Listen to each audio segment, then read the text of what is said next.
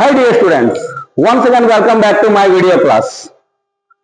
Myself is Santosh sir, trainer and founder of We Challenge Coaching Classes, Dharwad. Dear students, in today's class, I am going to discuss some important questions on English grammar. So those who are preparing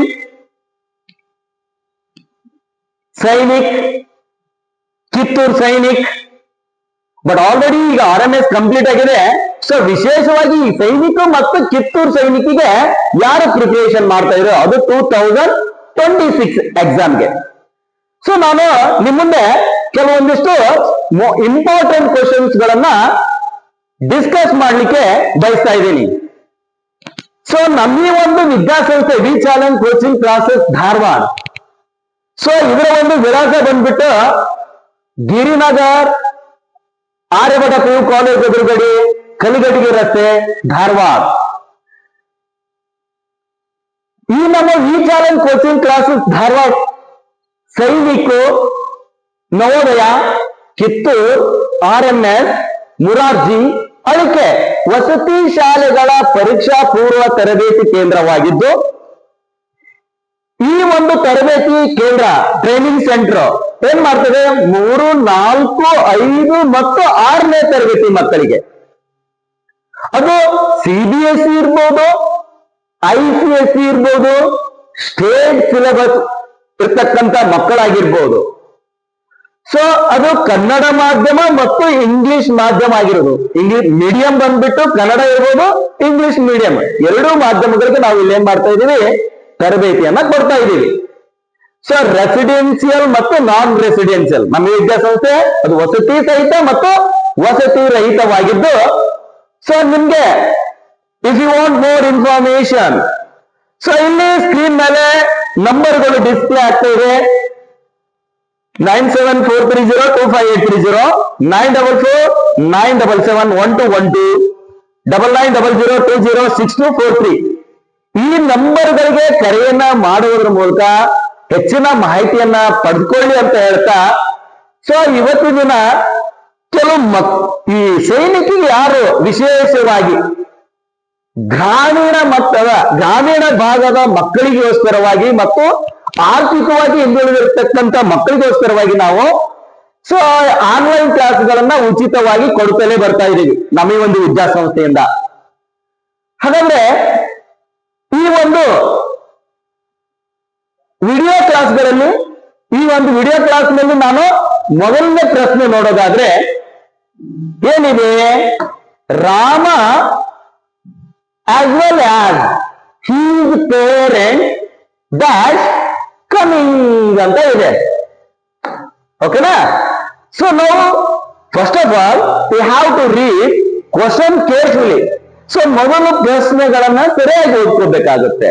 so Rama as well as, so ಅದರಲ್ಲಿ as well as ಅಂದ್ರೆ ಏನಿದು? So ಈ ಪ್ರಶ್ನೆ ಯಾವ್ದಕ್ಕೆ related ಆಗಿದೆ ಅಂದ್ರೆ subject verb agreement. So ಅದೇ subject ಅನ್ನ ವರ್ಬ್ಗೆ ಯಾವ ರೀತಿಯಾಗಿ ಅಗ್ರಿಮೆಂಟ್ ಮಾಡ್ಕೋಬೇಕಪ್ಪ ಅಂತಂದ್ರೆ ಕೆಲವೊಂದಿಷ್ಟು ರೂಲ್ಸ್ ಗಳು ಬರುತ್ತೆ. ಇಲ್ಲಿ ವಿಶೇಷವಾಗಿ ಕಾಂಪಿಟೇಟಿವ್ ಆಸ್ಪಿರೆಂಟ್ಸ್ ಇರ್ಬೋದು, SSLC ಮಕ್ಕಳು ಇರ್ಬೋದು, ಸೈನಿಕ ಮಕ್ಕಳುಗಳು ಇರ್ಬೋದು, ಸೈನಿಕಿಗೆ ಪ್ರಿಪರೇಷನ್ ಮಾಡ್ತಕ್ಕಂಥ ಮಕ್ಕಳು ಇರ್ಬೋದು. ಸೊ ಇವು SSC ಆಸ್ಪಿರೆಂಟ್ಸ್ ಕೂಡ ಇರ್ಬೋದು. ಅವ್ರಿಗೂ ಕೂಡ ಈ ರೀತಿಯಾದಂತಹ ಪ್ರಶ್ನೆಗಳು ಏನಪ್ಪಾ ಅಂದ್ರೆ ಎಕ್ಸಾಮ್ ನಲ್ಲಿ ಕೇಳ್ತಕ್ಕಂಥ ಚಾನ್ಸಸ್ ಇರುತ್ತೆ. ಸೊ ಇಲ್ಲಿ ಆಸ್ ವೆಲ್ ಆಸ್ ಅನ್ನೋದು ಇದು ಕಂಪೌಂಡ್ ಪ್ರಿಪೋಸಿಷನ್. ಸೊ ಕಂಪೌಂಡ್ ನೋಡ್ಲಿಕ್ಕೆ ಇದು ಕನ್ವೆನ್ಷನ್ ಅಂತ ಕಾಣ್ತಾ ಇದೆ, ಕನ್ವೆನ್ಷನ್, ಬಟ್ ಇದು compound preposition. So as well as ಇರ್ಬೋದು, ಅಲಾಂಗ್ ವಿತ್ ಇರ್ಬೋದು, ವಿತ್ ಇರ್ಬೋದು, ಬಿಸೈಡ್ಸ್ ನಾಟ್ ಬಿಸೈಡ್. ಸೊ ಇವೆಲ್ಲ ಕಂಪೌಂಡ್ ಪ್ರೆಪೋಸಿಷನ್. ಸೊ ಈ ರೂಲ್ ಏನ್ ಹೇಳುತ್ತೆ, ಸಪೋಸ್ ಎಕ್ಸಾಮ್ ನಲ್ಲಿ ಈ ರೀತಿಯಾದಂತಹ ಪ್ರಶ್ನೆಗಳನ್ನು ಕೊಟ್ರೆ ಆಸ್ ವೆಲ್ ಆಸ್ ಬಂದ್ರೆ ನಾವು ನೋಡ್ಕೋಬೇಕು. ಸೊ ಇಲ್ಲಿ 2 ಸಬ್ಜೆಕ್ಟ್ ಗಳಿದೆ, ರಾಮ ಮತ್ತು ಹೀಸ್ ಪೇರೆಂಟ್ಸ್. ಓಕೆನಾ? ಈ ಎರಡು ಸಬ್ಜೆಕ್ಟ್ ಗಳ ಮಧ್ಯದಲ್ಲಿ ಕಂಪೌಂಡ್ ಪ್ರಪೋಸಿಷನ್ ಇದೆ ಆಸ್ ವೆಲ್ ಆಸ್. ಸೊ ಹಿಂಗೆ ಆಸ್ ವೆಲ್ ಆಸ್ ಅಥವಾ ಅಲಾಂಗ್ ವಿತ್ ಬಿಸೈಡ್ ಎರಡು ಸಬ್ಜೆಕ್ಟ್ ಗಳ ಮಧ್ಯದಲ್ಲಿ ಬಂದಾಗ ಸೊ ರೂಲ್ ಏನ್ ಹೇಳುತ್ತಪ್ಪ ಅಂದ್ರೆ ನಾವು ಮೊದಲನೇ ಸಬ್ಜೆಕ್ಟ್ ನೋಡ್ಕೋಬೇಕಾಗತ್ತೆ. ಸೊ ಮೊದಲನೇ ಸಬ್ಜೆಕ್ಟ್ ಏನಿದೆ, ಮೊದಲನೇ ಸಬ್ಜೆಕ್ಟ್ ಸಿಂಗುಲರ್ ಆಗಿದೆ. ಬಟ್ ಸಿಂಗುಲರ್ ಇದ್ರೆ ನಾವು ಸಿಂಗುಲರ್ ವರ್ಬ್ಗಳನ್ನ ಯೂಸ್ ಮಾಡ್ಬೇಕಾಗತ್ತೆ. ಸೊ ಹಾಗಾದ್ರೆ ನಿಮ್ಗೆ ಸೊ ವರ್ಬ್ಗಳಲ್ಲಿ ಕೂಡ ಸಿಂಗುಲರ್ ವರ್ಬ್ ಪ್ಲೂರಲ್ ವರ್ಬ್ಗಳಿದೆನಾ? ಎಸ್ ಇದೆ. ಹೆಂಗೆ ಇಲ್ಲಿ ನೋಡೋದಾದ್ರೆ ಇವಾಗ ಡಸ್ ಇದೆ. Does it is what? It is a singular verb ಅಂತ ಹೇಳ್ಬಹುದು. ಯಾಕೆ? ಸೊ ದಿಸ್ ಹೆಲ್ಪಿಂಗ್ ಈ ಒಂದು ವರ್ಬ್ ಅನ್ನ ನಾವು ಓನ್ಲಿ ಸಿಂಗುಲರ್ ಗಳಿಗೆ like he, C, it, Rohan ಈ ರೀತಿಯಾಗಿ ಸಿಂಗುಲರ್ ಇರ್ತಕ್ಕಂತ ಒಂದು ನೌನ್ಗಳಿರ್ಬೋದು, ಪ್ರನೌನ್ಗಳಿಗೆ ಮಾತ್ರ ನಾವು ಯೂಸ್ ಮಾಡ್ತೀವಿ. ಅದಕ್ಕೆ ಸಿಂಗುಲರ್ ವರ್ಬ್ ಅಂತ ಹೇಳ್ತೀವ. ಅಥವಾ ಡೂ ತಗೊಳ್ಳಿ. Do it is a plural verb. ಯಾಕೆ? ಪ್ಲೂರಲ್ ಗಳಿಗೆ ಮಾತ್ರ ಯೂಸ್ ಮಾಡ್ಲಿಕ್ಕೆ ಬರುತ್ತೆ. For example we, they, you. ಹಾಗಾದ್ರೆ do what type of verb it is ಅಂದ್ರೆ ಇದು ಪ್ಲೂರಲ್ ವರ್ಬ್ ಅಂತ ಹೇಳ್ಬೋದು. ಸೊ ನೆಕ್ಸ್ಟ್ ಇವಾಗ ಗೋ ಅಂತ ಬರುತ್ತೆ. ಗೋ ಇದು ವಾಟ್ ಟೈಪ್ ಆಫ್ ವರ್ಬ್ ಅಂದ್ರೆ ಇದು ಪ್ಲೂರಲ್ ವರ್ಬ್ ಅಂತ ಹೇಳ್ಬೋದು. ಬಟ್ ಅದೇ goes, so goes it is a singular verb ಅಂತ ಹೇಳ್ಬೋದು. ಯಾಕೆ? So he, she third person singular ಗಳು ಬಂದ್ರೆ ಹಿ, ಸಿ, ಇಟ್, ರೋಹನ್ ಈ ರೀತಿ ಸಿಂಗುಲರ್ ಸಬ್ಜೆಕ್ಟ್ ಗಳು ಬಂದ್ರೆ ನಾವಲ್ಲಿ ಇ ಎಸ್ ಅನ್ನ ಯಾರು ಮಾಡ್ತೀವ?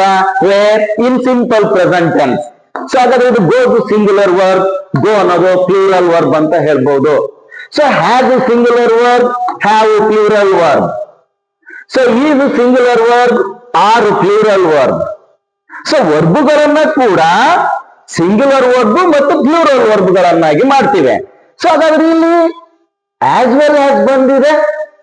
ಸೊ ಆಸ್ ವೆಲ್ ಆಸ್ ಬಂದಾಗ ಈ ಕಂಪೌಂಡ್ ಪ್ರಪೋಸಿಷನ್ ಬಂದಾಗ ರೂಲ್ಸ್ ಏನ್ ಹೇಳುತ್ತೆ? ಫಸ್ಟ್ ಸಬ್ಜೆಕ್ಟ್ ನೋಡ್ಕೋಬೇಕು. ಫಸ್ಟ್ ಸಬ್ಜೆಕ್ಟ್ ಸಿಂಗುಲರ್ ಇದ್ರೆ ನಾವು ಸಿಂಗುಲರ್ ವರ್ಬ್ಗಳನ್ನ ಯೂಸ್ ಮಾಡ್ಕೋಬೇಕು. ಸೊ ಈಗ ಹಾಗಾದ್ರೆ ಇಲ್ಲಿ ಸಿಂಗುಲರ್ ವರ್ಬ್ಗಳು ಯಾವುದು? What are the examples of singular verb? So are it is not singular verb because are ಅನ್ನೋದು ಇದು ಪ್ಲೂರಲ್ಗೆ ಯೂಸ್ ಮಾಡ್ತೀವಿ, ಪ್ಲೂರಲ್. ಸೊ ಇದು ಪ್ಲೂರಲ್ ವರ್ಬ್.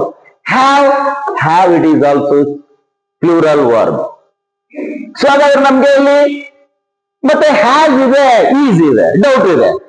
ಬಟ್ ಇಲ್ಲಿ as per as according to tense ಗಳ ಪ್ರಕಾರ ಇಲ್ಲಿ ನೋಡಿ ಕಮಿಂಗ್ ಅಂತ ಬಂದಿದೆ. ಸೊ ಇಲ್ಲಿ V4 ಇದೆ. V4 ಇದ್ದಾಗ ನಾವೇನು ಯೂಸ್ ಮಾಡ್ತೀವ? ಈಸ್ ಯೂಸ್ ಮಾಡ್ತೀವ. ಆಮ್, ಈಸ್, ಆರ್ ಯೂಸ್ ಮಾಡ್ತೀವ ಪ್ರೆಸೆಂಟ್ ಕಂಟಿನ್ಯೂಸ್ ಟೆನ್ಸ್ ನಲ್ಲಿ. ಬಟ್ ಹ್ಯಾಸ್ ಬಂದ್ರೆ ವರ್ಬ್ ಏನಾಗಿರ್ಬೇಕು? V3 ಇರ್ಬೇಕಾಗತ್ತೆ. ಸೊ ಹಾಗಾದ್ರೆ ಹಿಯರ್ ಗಿವನ್ V4. ಸೊ ಹಾಗಾದ್ರೆ ಇಲ್ಲಿ ಆನ್ಸರ್ ಏನ್ ಬರುತ್ತೆ ಅಂದ್ರೆ ಈಸ್ ಬರುತ್ತೆ. ಸೊ ಸಮ್ ಸ್ಟೂಡೆಂಟ್ ಕನ್ಫ್ಯೂಷನ್ ಮಾಡ್ಕೊಳ್ತಾರೆ. ಏನಂತೆ? ರಾಮ ಆಸ್ ವೆಲ್ ಆಸ್ ಇಲ್ಲಿ ಹೀಸ್ ಪೇರೆಂಟ್ಸ್ ಬಂದ್ಬಿಟ್ಟಿದೆ. ಓ ಪೇರೆಂಟ್ಸ್ ಪ್ಲೂರಲ್ ಅಂತ ತಿಳ್ಕೊಂಡು ಆರ್ ಅಂತ ಯೂಸ್ ಮಾಡ್ಬಿಡ್ತಾರೆ. It is wrong. ಸೊ ಇದು ತಪ್ಪಾಗುತ್ತೆ. ಈ ರೀತಿಯಾದಂತ ಕ್ವಶನ್ಸ್ ಗಳನ್ನೇ ಎಕ್ಸಾಮ್ ಗಳಲ್ಲಿ ರೈಸ್ ಮಾಡ್ತಾರೆ. ಸೊ ಹಾಗಾದ್ರೆ ಈ ಒಂದು ಟ್ರಿಕ್ಸ್ ಗಳನ್ನು ನಾವು ತಿಳ್ಕೊಂಡಿದೆ ಆದ್ರೆ ಖಂಡಿತವಾಗಿ ನಾವು ಇಲ್ಲಿ ಅಂಕಗಳನ್ನ ಪಡ್ಕೊಳ್ಬಹುದು. ಸೊ ಹಾಗಾದ್ರೆ ಈ ಒಂದು I hope you understood this question.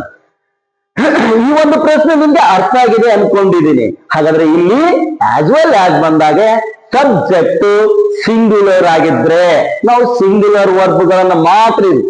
Suppose ಒಂದ್ ವೇಳೆ ಇಲ್ಲಿ ಪ್ಲೂರಲ್ ವರ್ಬ್ಗಳನ್ನು ಕೊಟ್ರೆ, ಸಾರಿ ಪ್ಲೂರಲ್ ನೌನ್ಗಳನ್ನ, ಪ್ಲೂರಲ್ ಸಬ್ಜೆಕ್ಟ್ ಅನ್ನ ಕೊಟ್ರೆ, ಒಂದ್ ವೇಳೆ ಚಿಲ್ಡ್ರನ್ ಅಂತ ಬಂದಿತ್ತು. ಸಪೋಸ್ ಚಿಲ್ಡ್ರನ್ ಅಂತ ಬಂದ್ರೆ ಅಲ್ಲಿ ನಾವು ಇಲ್ಲಿ ಪ್ಲೂರಲ್ ವರ್ಬೇ ಯೂಸ್ ಮಾಡ್ಬೇಕು, ಪ್ಲೂರಲ್. ಹಾಗಾದ್ರೆ ಇಲ್ಲಿ depend upon first subject singular ಇದ್ರೆ ಸಿಂಗ್ಯುಲರ್ ವರ್ಬ್ ಯೂಸ್ ಮಾಡ್ಕೊಳ್ಳಿ, ಪ್ಲೂರಲ್ ಸಬ್ಜೆಕ್ಟ್ ಇದ್ರೆ ಪ್ಲೂರಲ್ ವರ್ಬ್ ಯೂಸ್ ಮಾಡ್ಕೊಳ್ಳಿ. ಹಾಗಾದ್ರೆ as well as, along with, besides ಈ ಕಂಪೌಂಡ್ ಪ್ರೆಪೋಸಿಷನ್ ಬಂದಾಗ ಫಸ್ಟ್ ಸಬ್ಜೆಕ್ಟ್ ಏನಿರುತ್ತೆ ಅದ್ರ ಪ್ರಕಾರ ನಾವು ವರ್ಬ್ಗಳನ್ನ ಯೂಸ್ ಮಾಡ್ಬೇಕಾಗತ್ತೆ. So understood? Okay, next I will go with second question.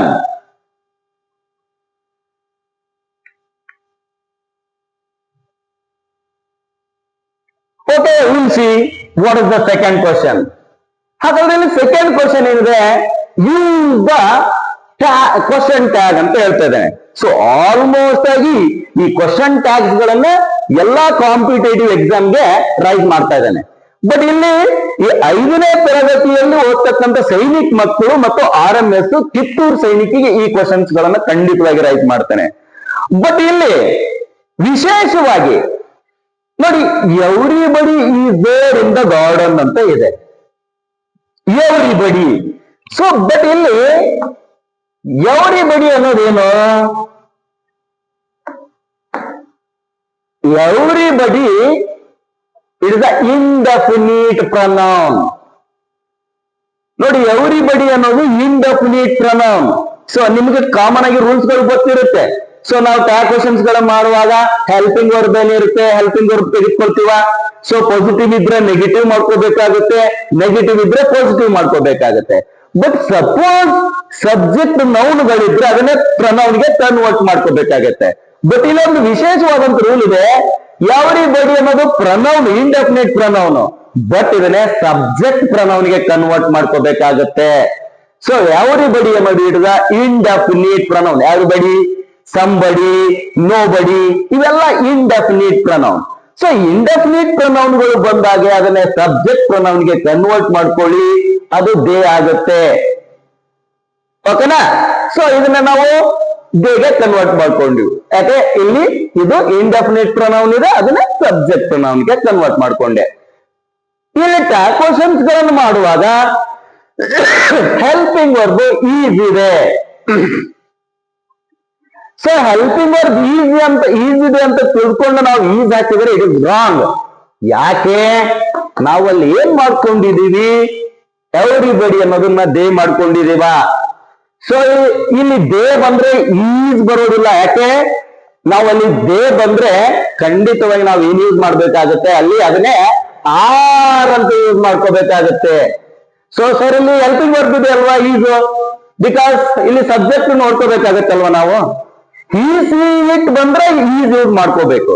But ಇಲ್ಲಿ ದೇ ಆಗುತ್ತೆ, ಯಾಕಂದ್ರೆ ಎವ್ರಿಬಡಿ ಅದ್ರ ರೂಲ್ಸ್ ಏನ್ ಹೇಳುತ್ತೆ, ದೇ ಅಂತ ನಾವು ಅದನ್ನ ಚೇಂಜ್ ಮಾಡ್ಕೋಬೇಕಾಗತ್ತೆ. ಸೊ ಹಾಗಾದ್ರೆ ಹೆಲ್ಪಿಂಗ್ ವರ್ಬ್ ಈಸ್ ತೆಗೆದುಕೊಳ್ಬಾರ್ದು. ಒಂದ್ ವೇಳೆ ಈಸಂಟ್ ಇಟ್ ಅಂತ ಬರೆದ್ರೆ ರಾಂಗ್, ಈಸಂಟ್ ದೇ ಅಂತ ಬರೆದ್ರೆ ರಾಂಗ್ ಆಗುತ್ತೆ. ಯಾಕೆ? ದೇ ಬಂದ್ರೆ ಈಸ್ ಯೂಸ್ ಮಾಡ್ಲಿಕ್ಕೆ ಬರೋದಿಲ್ಲ. ಯಾಕೆ? ಇಲ್ಲಿ ದೇ ಅನ್ನೋದು ಪ್ಲೂರಲ್ ಇರುತ್ತೆ. ಸೊ ನೆಕ್ಸ್ಟ್ ನಮ್ಗೆ ಡೌಟ್ ಇದೆ, ಹಾಗಾದ್ರೆ don't they sentence everybody is there in the garden. So ಹಾಗಾದ್ರೆ ಇಲ್ಲಿ ಆರ್ ತೆಗೆದುಕೊಳ್ಳೋಣ. ಸೆಂಟೆನ್ಸ್ ಪಾಸಿಟಿವ್ ಇದ್ರೆ ಅದನ್ನ ನೆಗೆಟಿವ್ ಮಾಡ್ಕೋಬೇಕು, ಆರಂಟ್. ಸೊ ಯಾವಾಗಲೂ ಟ್ಯಾಗ್ ಕ್ವಶನ್ಸ್ ಗಳನ್ನ ಮಾಡುವಾಗ ಆರ್ ನಾಟ್ ಅಂತ ಬರೀ ಕೂಡ್ದು ಅದನ್ನ ಶಾರ್ಟ್ ಫಾರ್ಮ್ ಆಗಿ ಆರಂಟ್ ಅಂತ ಯೂಸ್ ಮಾಡ್ಬೇಕಾಗತ್ತೆ. Aren't they is the right answer. So ಹಾಗಾದ್ರೆ ಇಲ್ಲಿ ಆಪ್ಷನ್ ಬಿ ಬರುತ್ತೆ, ಆರಂಟ್ ದೇ. ಓಕೆನಾ? So answer is aren't they. Okay, understood? So next one,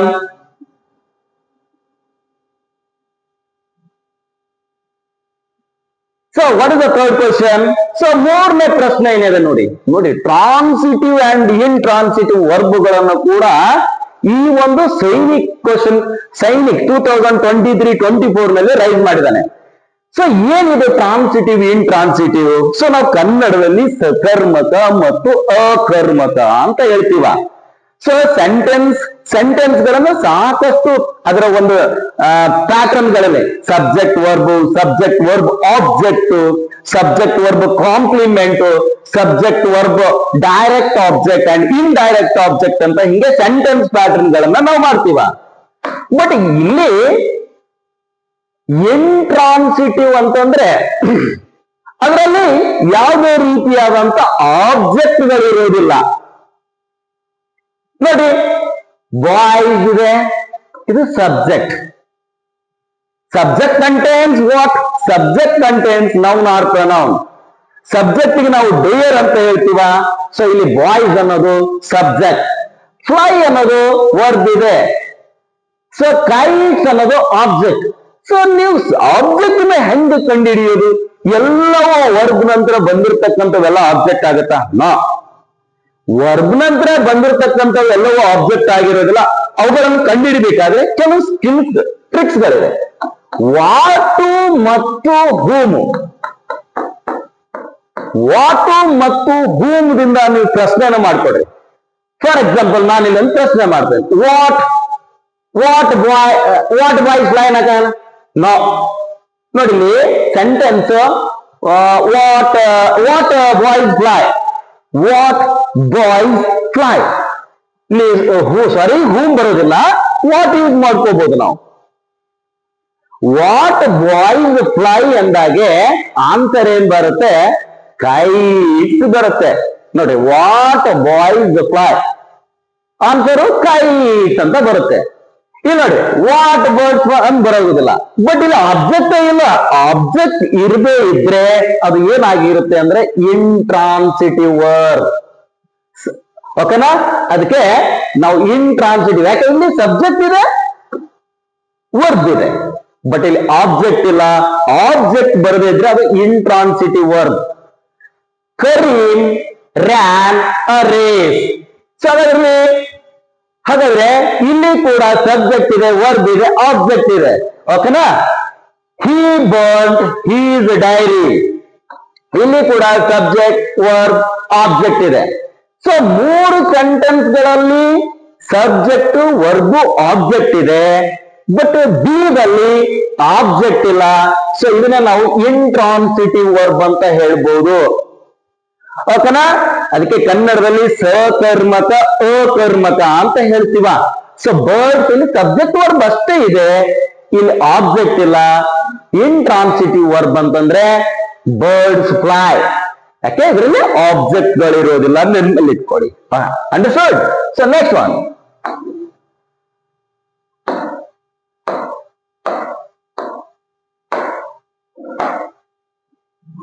okay, ಈ ಒಂದು V challenge coaching classes Dharwad, ಈ ಒಂದು ವಿದ್ಯಾಸಂಸ್ಥೆ ಪ್ರತಿ ವರ್ಷದಂತೆ ಈ ವರ್ಷನೂ ಕೂಡ ಸಮ್ಮರ್ ವೆಕೇಶನ್ ಕ್ಲಾಸಸ್ ಗಳನ್ನ ಕಂಡಕ್ಟ್ ಮಾಡ್ತಲೇ ಬರ್ತಾ ಇದೆ.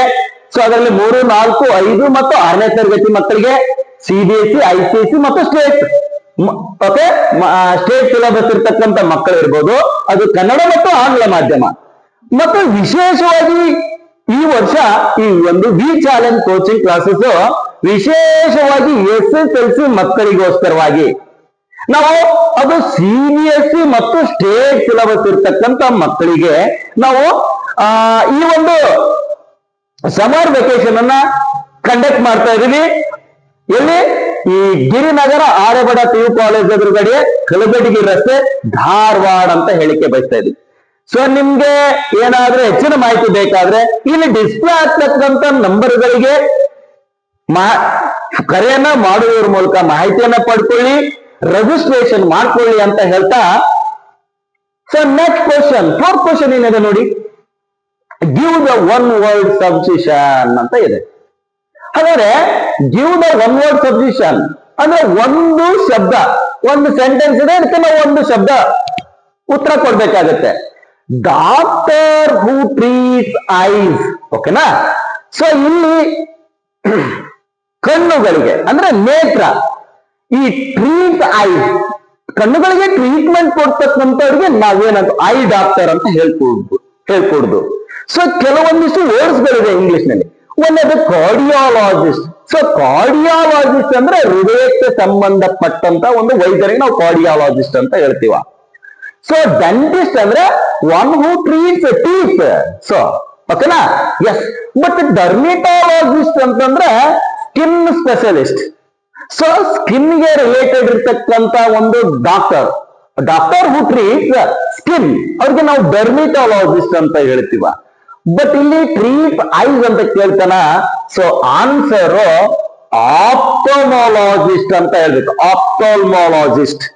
ಸೊ ಆಪ್ಟೋಮಾಲಜಿಸ್ಟ್ ಅಂತಂದ್ರೆ ಹಾಗಾದ್ರೆ ಡಾಕ್ಟರ್ ಹೂ ಟ್ರೀಟ್ಸ್ ಐಸ್. ನೋಡ್ರಿ, ಇಂಥ ಕ್ವಶನ್ಸ್ ಗಳನ್ನ ಎಕ್ಸಾಮ್ ನಲ್ಲಿ ರೈಸ್ ಮಾಡಬಹುದು. ಆಪ್ಟೋಮಾಲಜಿಸ್ಟ್. ಸೊ ಆಪ್ಟೋಮಾಲಜಿಸ್ಟ್ ಅಂತಂದ್ರೆ one who treat ice. So next one, 5th question, use the correct article. So articles ಗಳಲ್ಲಿ ಖಂಡಿತವಾಗಿ ಆರ್ಟಿಕಲ್ ಮೇಲೆ ಒಂದು ಅಥವಾ ಎರಡು ಕ್ವಶನ್ಸ್ ಗಳನ್ನ ರೈಟ್ ಮಾಡ್ತಾನೆ. ಏನಿದೆ ಕ್ವಶನ್ ನೋಡೋದಾದ್ರೆ, dash first world war broke out on 28 July 1914 ಅಂತ ಇದೆ. ಸೊ ಇಲ್ಲಿ uses of uses of and uses of the definite article and indefinite article ಅಂತ ಹೇಳ್ತೀವ. ಬಟ್ ಇಲ್ಲಿ ಏನಿದೆ, ಫಸ್ಟ್ ಅಂತ ಇದೆ, ಫಸ್ಟ್, ಸೆಕೆಂಡ್, ಥರ್ಡ್. ಇಲ್ಲಿ ordinal number and cardinal numbers ಅಂತ ಬರುತ್ತೆ. ಸೊ ಆರ್ಡಿನಲ್ ನಂಬರ್ ಅಂದ್ರೆ ಫಸ್ಟ್, ಸೆಕೆಂಡ್, ಥರ್ಡ್, ಫೋರ್ತ್, ಈ ರೀತಿಯಾಗಿ first, second, third, fourth, fifth, sixth, seventh, eight, ninth, 10th ಇವುಗಳಿಗೆ ಆರ್ಡಿನಲ್ ನಂಬರ್ಸ್ ಅಂತ ಹೇಳ್ತೀವ. ಬಟ್ 1, 2, 3, 4 ಇವುಗಳಿಗೆ ಕಾರ್ಡಿನಲ್ ನಂಬರ್ ಅಂತ ಹೇಳ್ತೀವ. ಸೊ ವಾಕ್ಯದಲ್ಲಿ ಏನಾದ್ರೂ ಆರ್ಡಿನಲ್ ನಂಬರ್ಸ್ ಗಳು ಬಂದ್ರೆ as per as rule uses of the ಏನ್ ಹೇಳುತ್ತೆ, ದ ಅನ್ನ ನಾವು ಖಂಡಿತವಾಗಿ ಅಲ್ಲಿ ಯೂಸ್ ಮಾಡ್ಬೇಕಾಗತ್ತೆ. We should use what, the. ಎಲ್ಲಿ ಅದು ಆರ್ಡಿನಲ್ ನಂಬರ್ಸ್. ನನ್ನಲ್ಲಿ ಕೊಡ್ರಿ, ಇಲ್ಲಿ ಫಸ್ಟ್ ಬಂದಿದೆ ನೋಡಿ. ಸೊ ಯಾವಾಗ್ಲೂ ಆರ್ಡಿನಲ್ ನಂಬರ್ಸ್ ಗಳು first, second, third, fourth, fifth, six, seventh, eight ಈ ರೀತಿ ಆರ್ಡಿನಲ್ ನಂಬರ್ಸ್ ಗಳು ಬಂದ್ರೆ ನಾವು we have to use what, the as per as rule. Okay, next. So ಮುಂದಿನ ಪ್ರಶ್ನೆ ನೋಡೋದಾದ್ರೆ, supply the correct conjunction. So conjunction ಅನ್ನೇ ನಾವು 3 ಭಾಗ ಮಾಡ್ತೀವ: subordinate conjunction, coordinate conjunction, correlative conjunction ಅಂತೇಳಿ. ಕೋರಿಲೇಟಿವ್. ಸೊ ಏನ್ ಹೇಳ್ತಾ ಇದ್ದಾನೆ, he is so weak dash he cannot fight. So ಅದರಲ್ಲಿ ಹಿ ಸೋ ವೀಕ್, ಇಲ್ಲಿ ಕೋರಿಲೇಟಿವ್ ಕನ್ವೆನ್ಷನ್ಸ್ ಗಳು ಅಂತ ಬರುತ್ತೆ. ಸೊ ಕೋರಿಲೇಟಿವ್ ಕನ್ವೆನ್ಷನ್ಸ್ ಗಳು ನೋಡೋದಾದ್ರೆ, ಕೋರಿಲೇಟಿವ್ ಕನ್ವೆನ್ಷನ್ಸ್ ಗಳು ಏನು, both and, either or, neither nor, not only but also. So ಈ ಹಾರ್ಡ್ಲಿ ವೆಲ್ ಈ ರೀತಿಯಾಗಿ ಫೇರ್ ಆ ಶಬ್ದಗಳು ಹೆಂಗಿರುತ್ತೆ ಅಂದ್ರೆ ಫೇರ್ ಆಗಿರುತ್ತೆ. ಬೋತ್ ಬಂದ್ರೆ ಆ್ಯಂಡ್ ಇರುತ್ತೆ, ಐದರ್ ಬಂದ್ರೆ ಆರ್ ಇರುತ್ತೆ, ನೇದರ್ ಬಂದ್ರೆ ನಾರ್ ಇರುತ್ತೆ, ನಾಟ್ ಓನ್ಲಿ ಬಂದ್ರೆ ಬಟ್ ಆಲ್ಸೋ ಇರುತ್ತೆ, ವೆದರ್ ಇನ್ನೊಂದು ವೆದರ್ ಬಂದ್ರೂ ಕೂಡ ಆರೇ ಇರುತ್ತೆ. ಓಕೆನಾ? ನೋ ಸೂನರ್ ದೆನ್ ಇರುತ್ತೆ, ಹಾರ್ಡ್ಲಿ ಫನ್ ಇರುತ್ತೆ. ಈ ಕೋರಿಲೇಟಿವ್ ಕನ್ವೆನ್ಷನ್ಗಳು ನಮ್ಗೆ ಸರಿಯಾಗಿ ಗೊತ್ತಿದ್ರೆ ಈಸಿಯಾಗಿ. ಬಟ್ ಇಲ್ಲಿ ಸೋ ಬಂದಿದೆ, ಸೋ ಬಂದ್ರೆ ಏನಿರುತ್ತೆ, ಬ್ಯಾಕ್ ಇರುತ್ತೆ. ನನ್ ಮೇಲೆ ಇಟ್ಕೊಳ್ಳಿ. ಓಕೆನಾ? ಆ್ಯಂಡ್ ಬಂದ್ರೆ ಅದರಿಂದ ಬೋತ್ ಇರುತ್ತೆ. ಓಕೆನಾ? ಎಸ್. ಈ ರೀತಿಯಾಗಿ ನಾಟ್ ಓನ್ಲಿ ಬಂದ್ರೆ ಬಟ್ ಆಲ್ಸೋ ಇರುತ್ತೆ. ಇಲ್ಲಿ ಸೋ ಬಂದ್ರೆ compulsory he so weak that he cannot fight. ಅವನ್ ಬಹಳ ಅಶಕ್ತ ಇದ್ದಾನೆ, ಅದಕ್ಕೆ ಅವನಿಗೆ ಹೋರಾಟ ಮಾಡ್ಲಿಕ್ಕೆ ಆಗೋದಿಲ್ಲ. He so weak that he cannot. ಈ ರೀತಿಯಾಗಿ ಕೋರಿಲೇಟಿವ್ ಕನ್ವೆನ್ಷನ್ಸ್ ಗಳ ಮೇಲೆ ಖಂಡಿತವಾಗಿ ಒಂದು ಅಥವಾ ಸಬ್ ಆರ್ಡಿನೇಟ್ ಕನ್ವೆನ್ಷನ್ ಗಳ ಮೇಲೆ ಅಥವಾ ಈ ರೀತಿ ಸಬ್ ಆರ್ಡಿನೇಟ್ ಕನ್ವೆನ್ಷನ್ ಕೋರಿಲೇಟಿವ್ ಮೇಲೆ ಒಂದು ಕ್ವಶನ್ಸ್ ಗಳನ್ನ ರೈಸ್ ಮಾಡ್ತಕ್ಕಂಥ ಚಾನ್ಸಸ್ ಇರುತ್ತೆ. ಸೊ ನೆಕ್ಸ್ಟ್,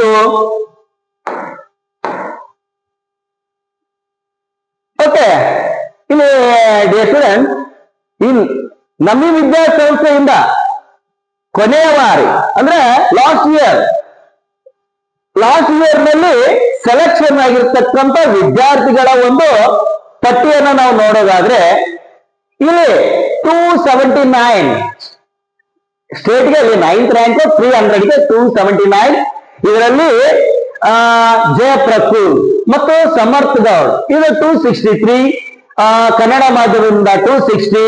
ಬಟ್ ಇನ್ನು ನವೋದಯದಲ್ಲಿ 98.75 ಹೈಯೆಸ್ಟ್ ಸ್ಕೋರು ಮತ್ತು ಒಟ್ಟಾರೆಯಾಗಿ 2025 ಮತ್ತು 26ನೇ ಸಾಲಿನಲ್ಲಿ 52 ವಿದ್ಯಾರ್ಥಿಗಳು ನಮ್ಮ ಈ ಒಂದು ವಿದ್ಯಾಸಂಸ್ಥೆಯಿಂದ ಆಯ್ಕೆಯಾಗಿದ್ದು,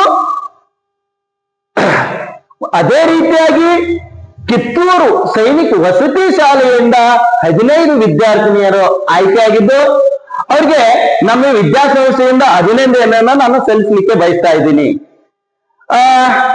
ನೆಕ್ಸ್ಟ್ 7ನೇ ಪ್ರಶ್ನೆ ನೋಡೋದಾದ್ರೆ, identify the type of sentence given, please do not speak loudly ಅಂತ ಇದೆ. ಸೊ ಇಂಗ್ಲಿಷ್ ನಲ್ಲಿ ಸೆಂಟೆನ್ಸ್ ಅಂಡ್ ಇಟ್ಸ್ 5 ಕೈಂಡ್ಸ್ ಅಂತ ಬರುತ್ತೆ. ಸೆಂಟೆನ್ಸ್ ಅಂಡ್ ಇಟ್ಸ್ 5 ಕೈಂಡ್ಸ್ ಅನ್ನಲ್ಲಿ ನೋಡೋದಾದ್ರೆ ಅಸರ್ಟಿವ್, ಇಂಪ್ಯಾರೇಟಿವ್, ಇಂಟ್ರಾಗೇಟಿವ್, ಎಕ್ಸ್ಕ್ಲಾಮೇಟರಿ, ಆಪ್ಟೇಟಿವ್ ಅಂತ ಬರುತ್ತೆ. ಸೊ ಹಾಗಾದ್ರೆ ಇಲ್ಲಿ ಏನ್ ಸೆಂಟೆನ್ಸ್ ಕೊಟ್ಟಿದ್ದಾನೆ? Please do not speak loudly ಅಂತ ಇದೆ.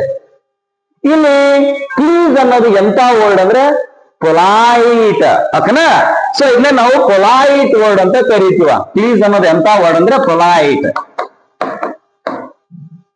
ಹಾಗಾದ್ರೆ ಈ ಪೊಲೈಟ್ ವರ್ಡ್ ಎಲ್ಲಿ ಯೂಸ್ ಮಾಡ್ತು? ಅಸರ್ಟಿವ್ ಸೆಂಟೆನ್ಸ್ ಏನ್ ಅಸರ್ಟ್ ಮಾಡುತ್ತೆ? ಅದು ಸಿಂಪಲ್ ಸೆಂಟೆನ್ಸ್ ಅಂತ ಹೇಳ್ತೀವ ಅಥವಾ ಡಿಕ್ಲರೇಟಿವ್ ಸೆಂಟೆನ್ಸ್ ಅಂತ ಹೇಳ್ತೀವ. ಈ assertive sentence so end of the sentence, ಶಬ್ದ ವಾಕ್ಯದ ಕೊನೆಯಲ್ಲಿ ನಾವು ಅದನ್ನ ಫುಲ್ ಸ್ಟಾಪ್ ಯೂಸ್ ಮಾಡ್ತೀವ. ಯಾವುದೇ ರೀತಿಯಾದಂತ ಕ್ವಶನ್ ಮಾರ್ಕ್ ಇರೋದಿಲ್ಲ, ಎಕ್ಸ್ಕ್ಲಮೇಷನ್ ಮಾರ್ಕ್ ಇರೋದಿಲ್ಲ, ಕಮಾಂಡ್, ರಿಕ್ವೆಸ್ಟ್, ಅಡ್ವೈಸ್ ಇರೋದಿಲ್ಲ, ಬ್ಲೆಸ್, ಕರ್ಸ್, ವಿಶ್ ಇರೋದಿಲ್ಲ. ಓಕೆ, ಸ್ಟ್ರಾಂಗ್ ಫೀಲಿಂಗ್ಸ್ ಗಳಿರೋದಿಲ್ಲ ಅಲ್ಲಿ. ಬಟ್ ಈ ಇಂಟ್ರಾಗೇಟಿವ್ ಸೆಂಟೆನ್ಸ್ ಹೆಂಗಿರುತ್ತೆ? ಎಂಡ್ ಆಫ್ ದ ಸೆಂಟೆನ್ಸ್, ವಾಕ್ಯದ ಕೊನೆಯಲ್ಲಿ ನಾವು ಕ್ವಶನ್ ಮಾರ್ಕ್ ಅನ್ನ ಯೂಸ್ ಮಾಡ್ತೀವ. ಸೊ ಅಲ್ಲಿ yes or no question, choose question, WH question ಅಂತ ಮಾಡ್ತೀವ. ಸೊ ಎಕ್ಸ್ಕ್ಲಾಮೇಟರಿ ಸೆಂಟೆನ್ಸ್ ಏನ್ ಹೇಳುತ್ತೆ? Exclamatory sentence it tells us about strong feelings. Strong feelings ಅಂದ್ರೆ ಜಾಯ್, ಸಾರೋ, ಆಂಗ್ರಿ, ಸರ್ಪ್ರೈಸ್, ಇವುಗಳ ಬಗ್ಗೆ ಹೇಳ್ತಕ್ಕಂಥದ್ದು ಎಕ್ಸ್ಕ್ಲಾಮೇಟರಿ. ಇಲ್ಲಾದ್ರೂ ಜಾಯ್, ಸಾರೋ, ಆಂಗ್ರಿ ಏನಾದ್ರೂ ಇದನ್ನ ನೋ. ಬಟ್ ಇಂಪ್ಯಾರೇಟಿವ್ ಏನ್ ಹೇಳುತ್ತೆ? Command, request, advice. ಸೊ ಅದರಲ್ಲಿ ಈ imperative sentence command, request, advice ಹೇಳುವಾಗ ನೋಡಿ, ಇಲ್ಲಿ ರಿಕ್ವೆಸ್ಟ್ ಮಾಡ್ಕೊಳ್ತಾ ಇದೆ ನೋಡ್ರಿ, ಪ್ಲೀಸ್ ಅನ್ನೋ ವರ್ಡ್ ರಿಕ್ವೆಸ್ಟ್ ಅಲ್ವಾ? Please do not speak loudly. So request ಮಾಡ್ಕೊಳ್ತಾ ಇದ್ರೆ ಅದು ಇಂಪ್ಯಾರೇಟಿವ್ ಸೆಂಟೆನ್ಸ್. ಇನ್ನೊಂದು ಹೇಳೋದಾದ್ರೆ imperative sentence starts with verb. So imperative sentence ನಲ್ಲಿ ಯಾವುದೇ ರೀತಿಯಾದಂತ ಸಬ್ಜೆಕ್ಟ್ ಗಳಿರೋದಿಲ್ಲ, ನೆನಪಲ್ಲಿ ಇಟ್ಕೊಳ್ಳಿ. For example, shut the door. ನೋಡಿ, ಶಟ್ ಅನ್ನೋದು ಇಸ್ ದ ವರ್ಬ್. ಯಾವಾಗ್ಲೂ imperative sentence starts with verb ನಿಂದ ಸ್ಟಾರ್ಟ್ ಆಗಿರುತ್ತೆ. ಬಟ್ ಅಲ್ಲಿ ಎಕ್ಸ್ಕ್ಲಮೇಷನ್ ಅಲ್ಲಿ ಯಾವುದೇ ರೀತಿಯಾದ ಇಲ್ಲಿ ನಾವು ಫುಲ್ ಸ್ಟಾಪ್ ಯೂಸ್ ಮಾಡ್ಕೋಬಹುದು. ಬಟ್ ಐಡೆಂಟಿಫಿಕೇಶನ್ ಮಾಡ್ಬೇಕಾದ್ರೆ ಕಮಾಂಡು, ರಿಕ್ವೆಸ್ಟ್, ಅಡ್ವೈಸ್ ಇರುತ್ತೆ. ಸೊ ಅದರಲ್ಲಿ ರಿಕ್ವೆಸ್ಟ್ ಇದೆ ನೋಡ್ರಿ, please do not speak loudly. So imperative. ಹಾಗಾದ್ರೆ ಇದು ಇಂಪ್ಯಾರೇಟಿವ್ ಸೆಂಟೆನ್ಸ್ ಅಂತ ಹೇಳ್ಬಹುದು. ಸೊ ನೆಕ್ಸ್ಟ್ ಬನ್ನಿ, identify the parts of speech in the word arisen as used.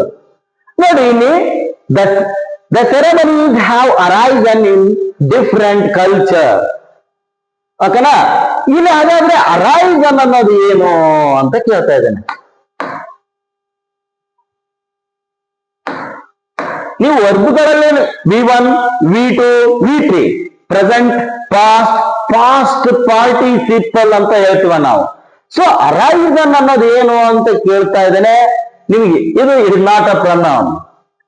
So ಇಲ್ಲಿ ಅಡ್ವರ್ಬ್ ಅಲ್ಲ, ಅದು ಇದು ಅಡ್ಜೆಕ್ಟಿವ್ ಅಲ್ಲ. ಅಡ್ಜೆಕ್ಟಿವ್ ಏನ್ ಮಾಡುತ್ತೆ? ಡಿಸ್ಕ್ರೈಬ್ ಮಾಡುತ್ತೆ. So adverb, where should we use adverb ಅಂತಂದ್ರೆ ಅಡ್ವರ್ಬ್ ವರ್ಬ್ಗಳನ್ನೇ ಮತ್ತು ಅಡ್ಜೆಕ್ಟಿವ್ ಗಳನ್ನೇ ಅನದರ್ ಅಡ್ವರ್ಬ್ ಅನ್ನ ಡಿಸ್ಕ್ರೈಬ್ ಮಾಡುತ್ತೆ. ಇದು ನೌನ್ಗಳ ಬಗ್ಗೆ ಡಿಸ್ಕ್ರೈಬ್ ಮಾಡುತ್ತೆ. ಸೊ ಇನ್ಸ್ಟೆಡ್ ಆಫ್ ನೌನ್ ಬಗ್ಗೆ ಯೂಸ್ ಮಾಡೋದು ಪ್ರನೌನ್. ಬಟ್ ಇಲ್ಲಿ ಅರೈಸ್ ಅನ್ನೋದು ವರ್ಬ್ ಆಗುತ್ತೆ, ಅದು VT. ಓಕೆನಾ? ಎಸ್. ಹಾಗಾದ್ರೆ ಇಲ್ಲಿ ಅರೈಸನ್ ಅನ್ನೋದು option B verb. Next 9th question. So 9th question ಏನಿದೆ? ಸಿನೋನಿಮ್ ಬಗ್ಗೆ ಕೇಳ್ತೇವೆ ನೋಡ್ರಿ. Select the word meaning similar to L. ಖಂಡಿತವಾಗಿ ಸಿನನಮ್, ಅಂಟೋನಿಯಂ, ಹೋಮೋಫೋನ್ಸ್ ಗಳ ಮೇಲೆ 3 ಕ್ವಶನ್ಸ್ ಗಳನ್ನ ರೈಸ್ ಮಾಡ್ತಾನೆ. ಇಲ್ಲಿ ಸಿನನಮ್ ಮೇಲೆ ಕೇಳಿದಾನೆ, ಎಲ್ ಅಂತ ಇದೆ. ಸೊ ಎಲ್ ಅಂದ್ರೆ ಏನು? ಸೊ ಇಲ್ಲಿ ಪ್ರೇಸ್ ಅಂತ ಇದೆ. ಪ್ರೇಸ್ ಅಂದ್ರೆ ಹೊಗಳುವುದು. ಪ್ರೇಸ್ಗೆ ನಾವು ಇನ್ನೊಂದು ಅಡ್ಮೈರ್ ಅಂತ ಹೇಳ್ತೀವ, ಅಡ್ಮೈರ್. ಸೊ ಸ್ಲೀಪ್ ಅಂತಂದ್ರೆ ನ್ಯಾಪ್ ಅಂತ ಹೇಳ್ತೀವ. ಸೊ ನ್ಯಾಪ್ ಅಥವಾ ಸಿಯಸ್ಟಾ ಅಂತ ಯೂಸ್ ಮಾಡ್ತೀವ. ಬಟ್ ಇಲ್ಲಿ ನ್ಯಾಪ್, ರೆಸ್ಟ್, ಸಿಯಸ್ಟಾ ಅಂತ ಕೂಡ ಯೂಸ್ ಮಾಡ್ಬೋದು. So next Wynk. So Wynk up ಅಂತಂದ್ರೆ ಇಲ್ಲಿ ಶೈನ್ ಅಂತ ಮೀನಿಂಗ್ ಕೊಡುತ್ತೆ, ಶೈನ್. ಅಥವಾ ಇನ್ನೊಂದು ಬ್ರೈಟ್ ಅಂತ ಮೀನಿಂಗ್ ಕೊಡುತ್ತೆ, ಬ್ರೈಟ್. ಶೌಟ್ ಅಂತಂದ್ರೆ ಕ್ರೈ. ನೋಡ್ರಿ, ಶೌಟ್ ಅಂದ್ರೆ ಕ್ರೈ. ಅಥವಾ ಇನ್ನೊಂದು ಎಲ್. ಎಲ್ ಎಲ್ ಅಂತಂದ್ರೆ ಚೀರೋದು ಅಥವಾ ಶೌಟ್, ಕೂಗೋದು. ಈ ರೀತಿಯಾಗಿ ಮೀನಿಂಗ್ ಅನ್ನ ಕೊಡುತ್ತೆ. ಹಾಗಾದ್ರೆ ಎಲ್ ಮೀನಿಂಗ್ ಅಪ್ ಅಂತಂದ್ರೆ ಎಲ್ ಇದ್ರ ಅರ್ಥ ಶೌಟ್ ಅಂತ ಅರ್ಥ, shout, shout. So the answer for 9th one option D, L it mean shout. So ಕೊನೆಯ ಪ್ರಶ್ನೆಯನ್ನ ನೋಡೋದಾದ್ರೆ ಇಲ್ಲಿ use the correct proposition. So proposition, ಈ ಪ್ರಪೋಸಿಷನ್ ಇಲ್ಲಿ proposition of time, proposition of place, proposition of movement ಅಂತ ಬರುತ್ತೆ. But ಇಲ್ಲಿ proposition of time and date ಯಾವಾಗಲೂ ಡೇಟು ಮತ್ತು ಡೇಟ್ಗಳು ಬಂದ್ರೆ, ಡೇಟು ಮತ್ತು ಡೇಟ್ಗಳು ಬಂದ್ರೆ ನಾವು ಏನ್ ಯೂಸ್ ಮಾಡ್ಬೇಕು ಅಂತ ಹೇಳುತ್ತೆ ರೂಲು, ಆನ್. ಇನ್ನ ಇಯರು, ಮಂತ್, ಇಯರು ಮತ್ತು ಮಂತ್ಗಳು ಬಂದ್ರೆ ಏನ್ ಯೂಸ್ ಮಾಡ್ಬೇಕಂತ ಹೇಳುತ್ತೆ ರೂಲು, ಇನ್. ಸೊ ಹಾಗಾದ್ರೆ ಇಲ್ಲಿ I was Born 23rd April ಅಂತ ಇದೆ ನೋಡ್ರಿ. 23rd ಅನ್ನೋದು ಇದು date. I was born on ಅಂತ ಹೇಳ್ಬೇಕಾಗತ್ತೆ, ಆನ್.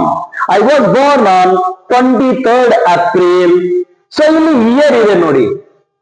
ಈ ಇಯರ್ ಮತ್ತು ಮಂತ್ ನೇಮ್ಸ್ ಗಳು ಬಂದ್ರೆ ಸೊ ನಾವು ಇನ್ ಯೂಸ್ ಮಾಡ್ಬೇಕಾಗತ್ತೆ. ಆನು ಇನ್ನು ಎಲ್ಲಿದೆ ನೋಡ್ಕೊಳ್ಳಿ, ಆಪ್ಷನ್ ಬಿ ಇದೆ. ಹೌದಾ? ಸೊ ಹಾಗಾದ್ರೆ ಇಲ್ಲಿ answer option B is the right one.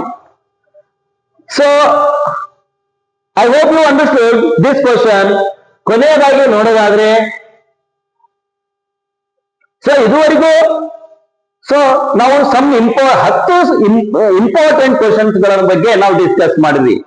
ಇದುವರೆಗೂ ನನ್ನ ಈ ಒಂದು ವಿಡಿಯೋ ಕ್ಲಾಸ್ ಗಳನ್ನ ಯಾರ್ಯಾರು ನೋಡ್ತಾ ಇದ್ರು,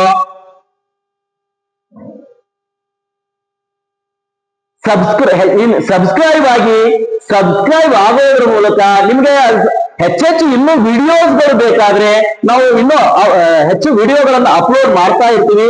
ಬಟ್ ಅದನ್ನ ನಿಮ್ಗೆ ಆ ವಿಡಿಯೋಗಳು ನಿಮ್ಗೆ ಬೇಕಾದ್ರೆ ಇಲ್ಲಿರ್ತಕ್ಕಂಥ ಬೆಲ್ ಬಟನ್ ಅನ್ನ ಕ್ಲಿಕ್ ಮಾಡೋದ್ರ ಮೂಲಕ ಸಬ್ಸ್ಕ್ರೈಬ್ ಆಗಿ ಹೆಚ್ಚೆಚ್ಚು ನಾವು ಅಪ್ಲೋಡ್ ಮಾಡ್ತಕ್ಕಂಥ ವಿಡಿಯೋಗಳನ್ನ ಪಡೆದುಕೊಳ್ಳಿ.